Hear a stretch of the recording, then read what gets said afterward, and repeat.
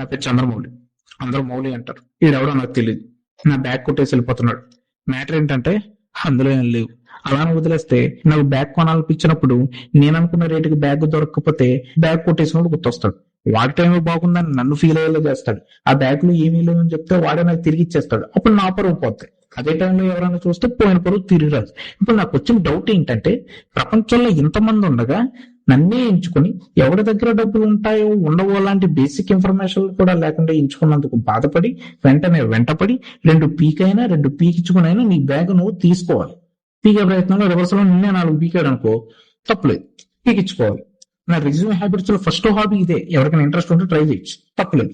దీనివల్ల నాకు జరిగే మేలు ఏంటంటే, నా పరువు వాడి దగ్గర భద్రంగా లోకల్లో ఉన్నదని నేను ఫీల్ అవుతాను. అందుకే ఇలా చేస్తున్నాను. నాకు తెలుసు ఇదంత ఈజీ కాదు, ఎందుకంటే ఇది కళామందిర్లో షాపింగ్ కాదు. అందుకే ఇలాంటి సిచ్యువేషన్ లో ఇరుక్కుంటే పొద్దునే లేసి ఎవడ మొహం చూసావో వాడిని మైండ్ లో పెట్టుకుని బ్యాగ్ పట్టి దెబ్బ తీసి పరువు దాసి పోవాల.